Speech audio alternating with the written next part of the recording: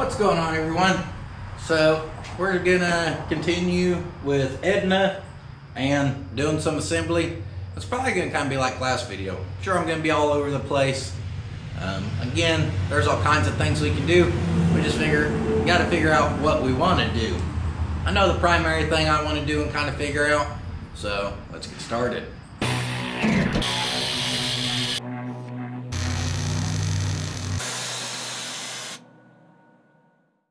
In the last video, I told you guys I was putting on these helper bags and one was leaking. That's where the leak is right there. Of course, this goes on like that when you install it. So how could that even get damaged? I don't know. The good news is I just got off the phone with Airlift. No big deal. They're sending me out another airbag, and that's awesome. That's good customer service. So another thing, I don't have a lot of light in here. That's because this garage door, one of the springs took a crap, so my garage door's broke right now. And just like when I was trying to record that, you see all that light up there. That messes up a lot of the lighting in here, not having that door open, because those LEDs are so bright, it wants to pick up that lighting too. So I apologize about that. In the last video I recorded in here and I realized you couldn't hardly see anything. My trusty old lights here do the job. There we go.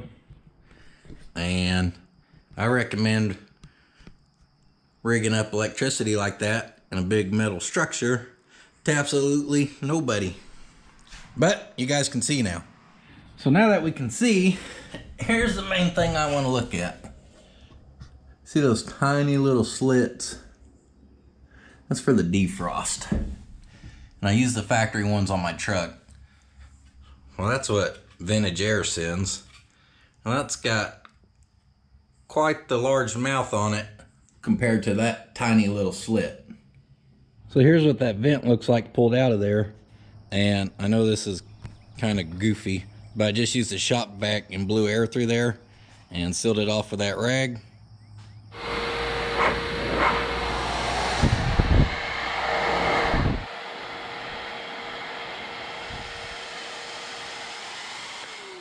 Now, as you've seen, that's pushing plenty of air through there with a shop vac, but at the same time, when I'm hooking that up, I can't hear the shop vac change, as I'm not restricting it enough going through here to actually put a load on it enough to change the shop vac.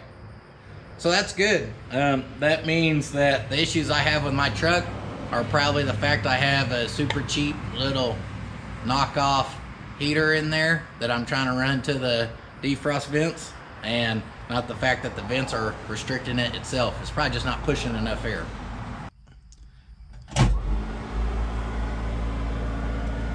So I can actually feel the air coming out of there.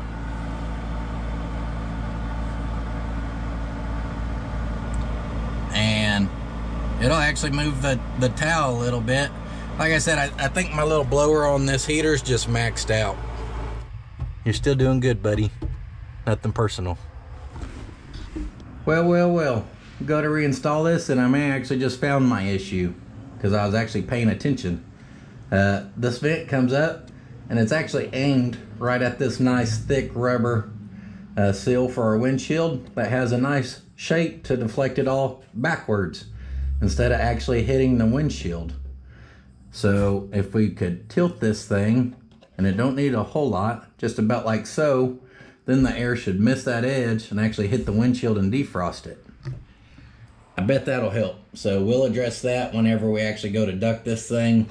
I'm not gonna do anything fancy. I'll probably just pull it in a way with some zip ties or something, to be honest. I mean, what else do you do? Well, now that we figured out the formula of why we're not defrosting properly anyhow, I feel a lot better about that. And that's great, because if we were going to do the other vents, we would have had to do a lot of cutting and manipulating of the trim, the dash, the top of the dash mount in there, all kinds of stuff. And I feel a lot better about that. So next, I want to start stripping down this dash, because we need to get this thing in paint and inside of the TRAVELALL. I can't think of anything funner to do besides strip paint off this dash. So got this where I'm pretty well happy with it. need to go get some supplies, be able to prime it, and need to decide on a color.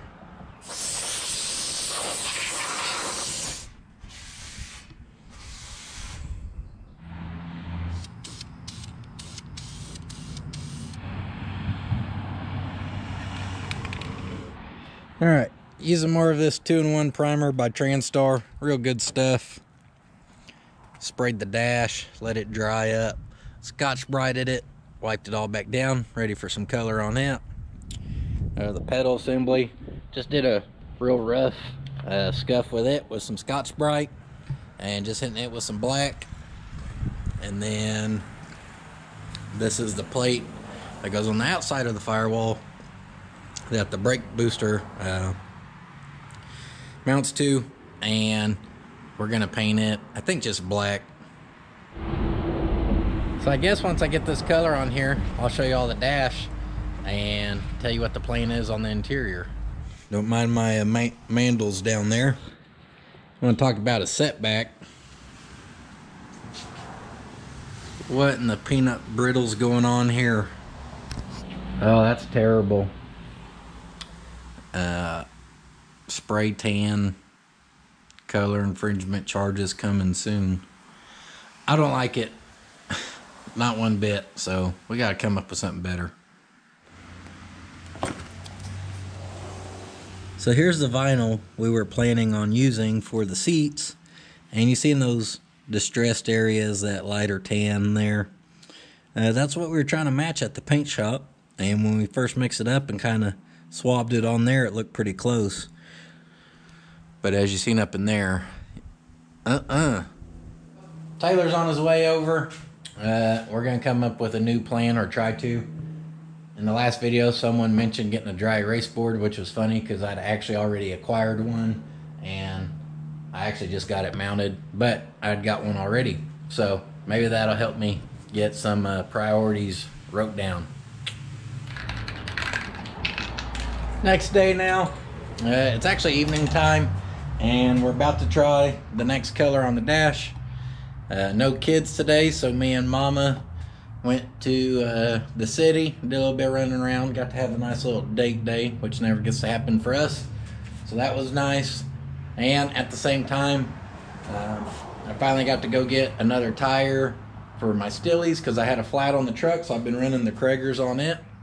And I got to drop off a couple parts that I needed to return and whatnot to shipping places. So still a good day.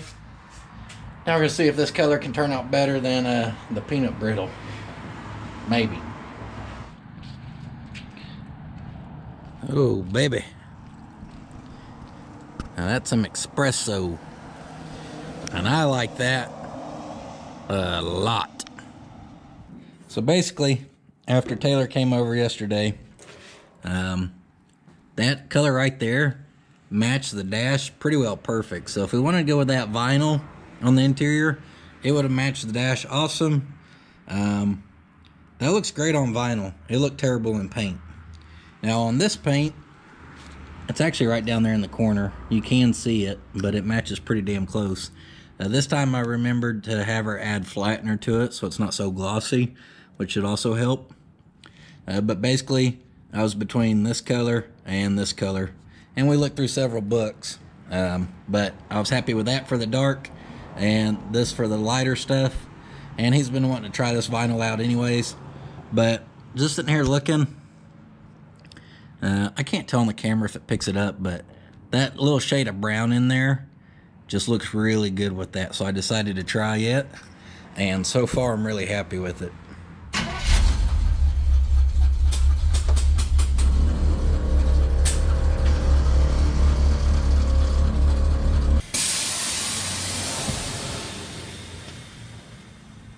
Unfortunately, I guess Cornell's not going to make my tires anymore. I actually had to drive to a different Pet Boys, and these are the same tires that's on the Kragers. I keep a set on here, so I bought an extra one, so if I do happen to have a flat again, hopefully this will get me or keep me on the road for a while, because next time I have one, I can't do the whole mismatching tires. I'll end up having to buy a whole new set, so hopefully this will keep me good for a little bit.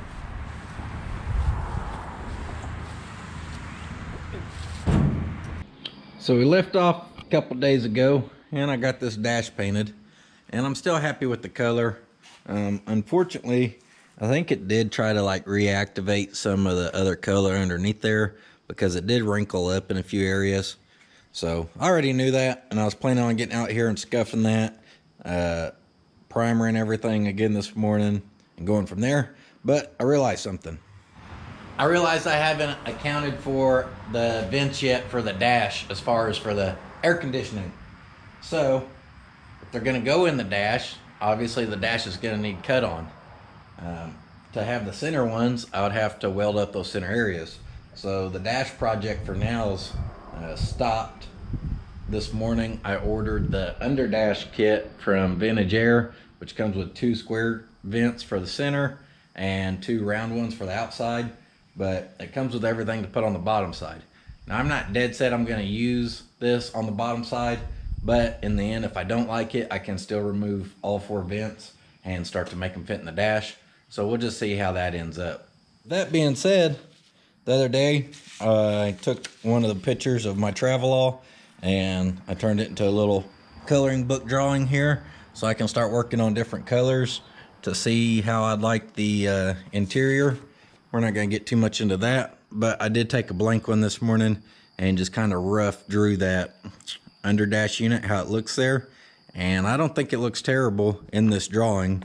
So we'll just have to get it here and see. We are going to end this video on a positive note, which is in the last one I told you I ordered the wrong tie rods. So the correct ones came in. These are Moog brand, which are better than what came in this rack and pinion. I don't know if I told you guys about this rack and pinion, but it's from Detroit Axle. A lot of their stuff have bad reviews. That their tie rods feel super cheesy. And as far as the rack and pinion reviews, not one of them was really bad. None of them had any leaking issues. So as far as the rack and pinion, it looks nice. As long as it don't leak, I'm sure I'll be happy. Everything feels tight on it. Their tie rods feel so cheesy, I still didn't trust them. So these are Moog brand. If you ever got to do these, this little plastic collar here slides back. You just got to take your old one off, lock tight the new one, torque it to son of a bitch, and slide this back over here. That's what we're about to do. Slide these boots back on, clamp this, and go throw it on the front of this thing.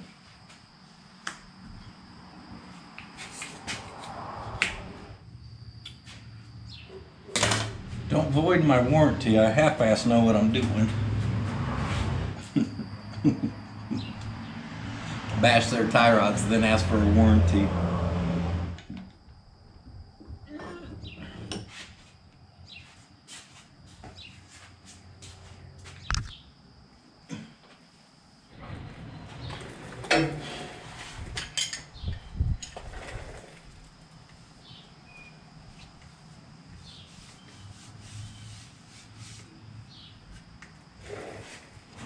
I just put the outer tie rods on, and I just tried to equal them out as best as possible. I measured kind of from here to the tie rod and got both sides within a 1/16 matching. And that's just kind of setting the tires straight by eye right now. I can already tell they're not perfect. I don't know. Actually straighten this side up and it may be pretty damn good actually. Put my eagle eye to work. I bet we're pretty close actually, but that'll get us ballparked. For those, I won't actually tighten them down until this thing's on the ground and I line it as best as possible. And then I may take this thing like around the block a time or two when it gets running, but the first place I always take any of my builds straight to the alignment shop. So if you don't have a tap and die set, this one's very cheap from Harbor Freight. And it's not the best. I wouldn't recommend it for, you know, just doing tons of stuff. But for cleaning up threads, this little kit's been good. So let me show you what's going on. So since I can't get the dash in, this is the pedal assembly. And it mounts up here, so I chased those two for those bolts. And the studs that are on this, I chased. And the studs come through over here. So I'm gonna chase the threads for the bolts that go into there, and basically we'll be able to start doing the brake stuff even without the dash in there. Don't be scared.